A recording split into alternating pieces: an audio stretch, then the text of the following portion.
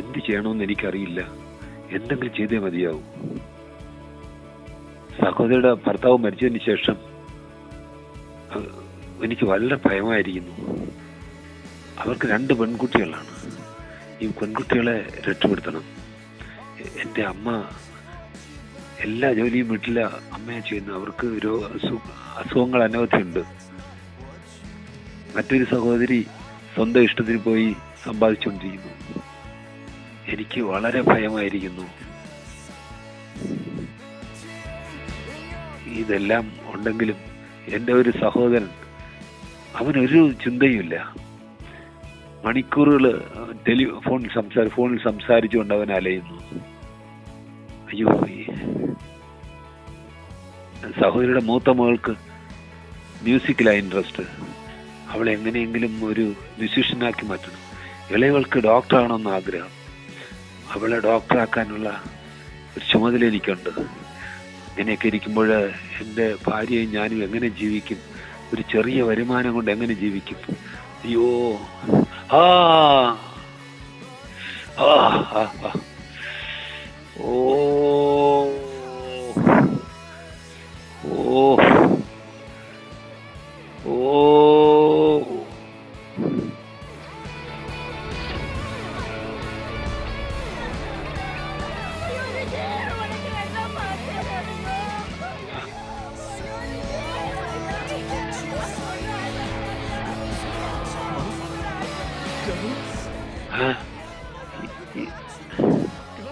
എന്താണ് ഇവരൊക്കെ ഇങ്ങനെ ഓടുന്നത്?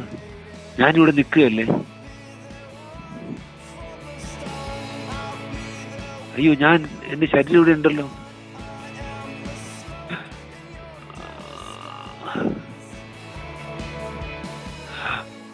എന്തിനാണ് എല്ലാവരും നിലവിളിക്കുന്നത്? ഞാനിവിടെ ഉണ്ടല്ലോ. അയ്യോ, ഈ കാണുന്നത് എൻ്റെ ശരീരം, ഇവിടെ നിൽക്കുന്നത് എൻ്റെ ആത്മാവ്. അവർക്കെന്നെ കാണാൻ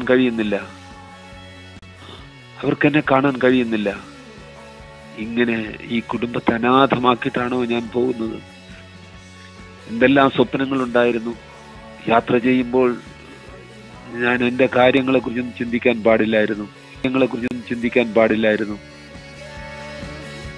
എന്തെല്ലാം സ്വപ്നങ്ങളുണ്ടായിരുന്നു.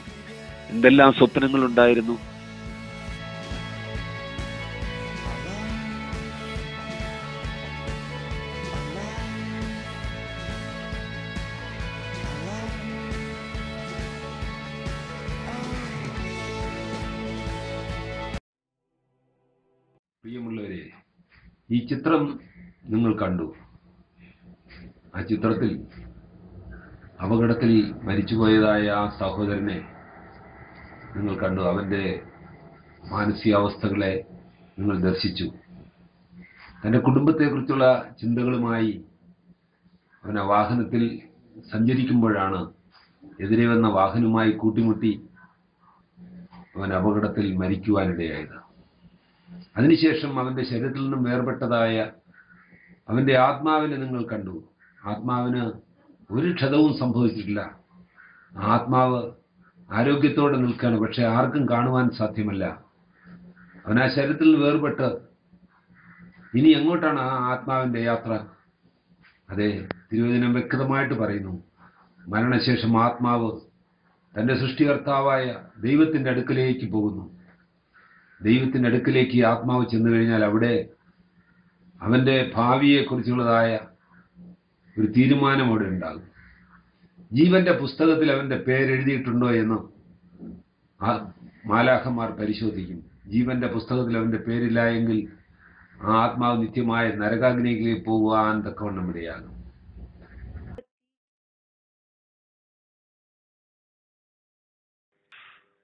അതെ, ഈ മനുഷ്യന്റെ ആത്മാവ് എവിടെയാ ചെന്നെത്തിയിരിക്കുന്നത്? നിത്യമായ നരകാഗ്നിയിൽ.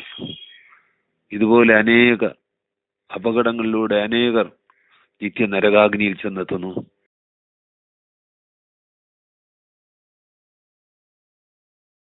എന്തെല്ലാം പ്രതീക്ഷകളോടുകൂടെയാണ് ആ യുവാവ് ജീവിച്ചത്? എന്തെല്ലാം ആഗ്രഹങ്ങളോടുകൂടെയാണ് ആ യുവാവ് ജീവിച്ചത്?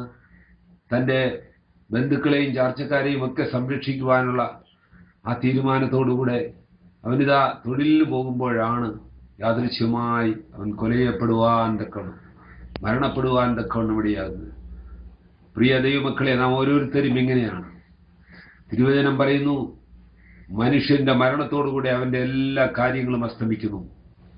മരിക്കുമ്പോൾ ദൈവത്തിന്റെ ആത്മാവ് അവന്റെ ഉള്ളിലുണ്ടെങ്കിൽ അവന് ഒരു നിത്യതയുണ്ട്, നിത്യരാജ്യം. അല്ലെങ്കിൽ അവൻ നിത്യ നരകത്തിലേക്ക് തള്ളപ്പെടുന്നു.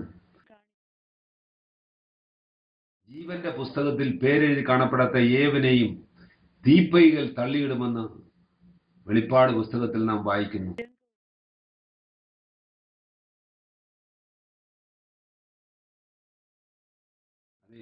നരകവും സ്വർഗവുമുണ്ട്. എന്തെല്ലാം പ്രതീക്ഷകളോട് നാം ഈ ലോകത്ത് ജീവിച്ചാലും മരണം നമ്മെ കൈയടക്കുമ്പോൾ സകലതും നഷ്ടപ്പെടുന്നു. നിങ്ങൾ ആ ചിത്രീകരണത്തിൽ കണ്ടത് ആ യുവാവിന്റെ മരണത്തോടുകൂടെ വാവിട്ട് നിലവിളിക്കുന്നതായ കുടുംബാംഗങ്ങളെയാണ്. ഭാര്യയും സഹോദരങ്ങളും മാതാവും എല്ലാം അവൻ എന്നേക്കുമായി നഷ്ടപ്പെട്ട് അവനിതാ നിത്യ നരകാഗ്നിയിൽ പോകുന്നു. അവന്റെ ജീവിതത്തിൽ അവൻ ഒരിക്കലെങ്കിലും യേശുക്രിസ്തുവിനെ അറിഞ്ഞിരുന്നുവെങ്കിൽ തീർച്ചയായിട്ടും അവന്റെ ആത്മാവിനൊരു രക്ഷ കരസ്ഥമാക്കുവാൻ സാധിക്കുമായിരുന്നു. അവന്റെ ആത്മാവ് എങ്ങോട്ടേക്കാണ് പോകുന്നത്? നിത്യമായ നരകാഗ്നിയിലേക്ക്.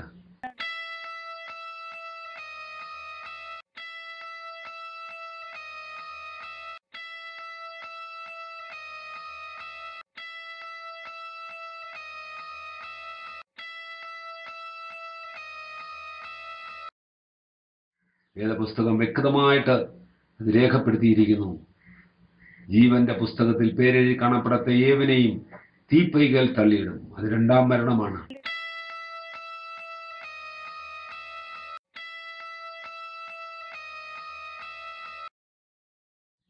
മനുഷ്യൻ ഭൂമിയിൽ വെച്ച് മരിച്ചു മാറ്റപ്പെടുമ്പോൾ അവന്റെ ആത്മാവിന് ഇതാ ഒരു ന്യായവിധിയുണ്ട്, സ്വർഗവും നരകവും.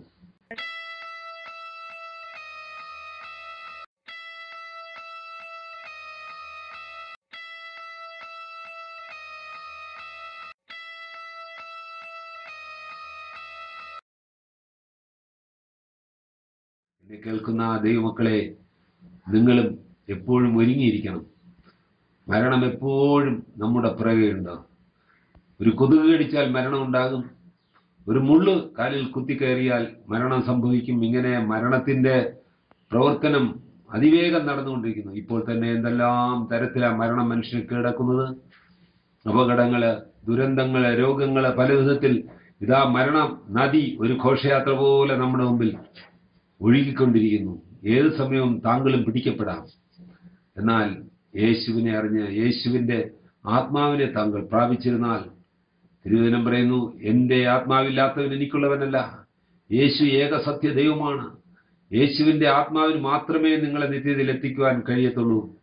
കർത്താവായ യേശു ക്രിസ്തുവിന്റെ രക്തത്താൽ വീണ്ടെടുക്കപ്പെട്ട ഒരു ദൈവപൈതലിന് തീർച്ചയായിട്ടും ഈ അനുഗ്രഹം, ഈ സന്തോഷം കരസ്ഥമാക്കുവാൻ തക്കവണ്ണം സാധിക്കും. ഇന്ന് തന്നെ കർത്താവായ യേശു ക്രിസ്തു തന്റെ നിത്യരക്ഷ കരസ്ഥമാക്കുവാൻ വളരെ വിനീതമായി അഭ്യർത്ഥിക്കുന്നു. എല്ലാവർക്കും ദൈവാശംസകൾ.